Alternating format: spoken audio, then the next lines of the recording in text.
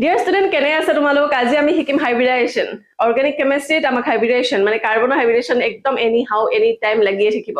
এটা কাৰ্বনৰ হৈছে তোমাৰ যোজক কক্ষত কিমানটা ইলেক্ট্ৰন আছে? আমাৰ টোটালি এটমিক নাম্বাৰ 6 হয়, তো ভ্যালেন্স আমাৰ ইলেক্ট্ৰন আছে 4। তো আমাৰ মাত্ৰ 4টা বন্ডেৰে মানে 4টা অৰবিটেলেৰে কি কৰিব পাৰে? হাইব্ৰিডাইজেশ্যন ক্ৰিয়েট কৰিব পাৰে।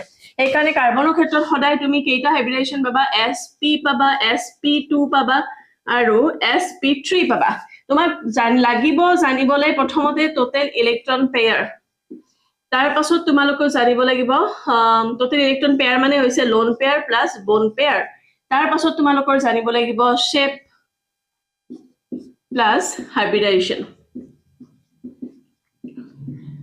ঠিক আছে, চোৱা এটা টোটাল ইলেক্ট্ৰন পেয়াৰ যদি 2 শেপ কি হ'ব? শেপটো পিছত আহিব আৰু হাইব্ৰিডাইজেশ্যন আহিব sp, তেতিয়ালে শেপ হ'ব তোমাৰ লিনিয়াৰ। যদি টোটাল ইলেক্ট্ৰন পেয়াৰ 3 হয় তেতিয়াহলে আমাৰ হাইব্ৰিডাইজেশ্যন কি হ'ব?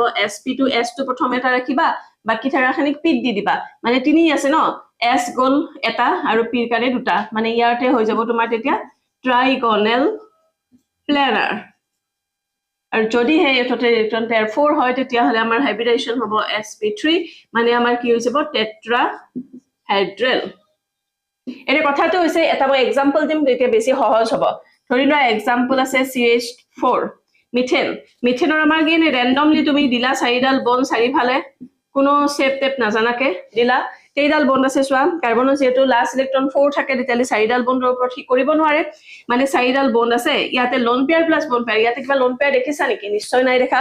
তো লোন পেয়াৰ ইয়াতে 0 হ'ব, বন পেয়াৰ কিমান হ'ব? 4, মানে যিমানডাল বন কিমান এটাৰ বন পেয়াৰ।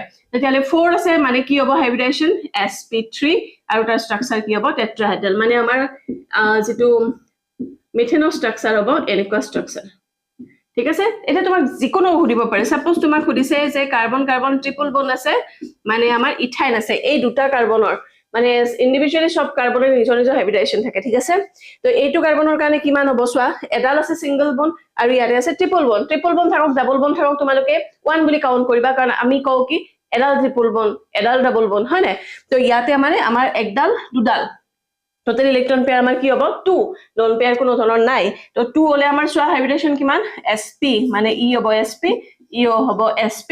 তো আমাৰ সেই কাৰণে তাৰ ষ্ট্ৰাকচাৰটো কি হৈছে? লিনিয়াৰ। এনেকৈ আমি গৈ আমি সকলো কথা শিকিম। লং ভিডিঅ'ত তোমালোকে ডিটেইলছ পাবা। Thank U.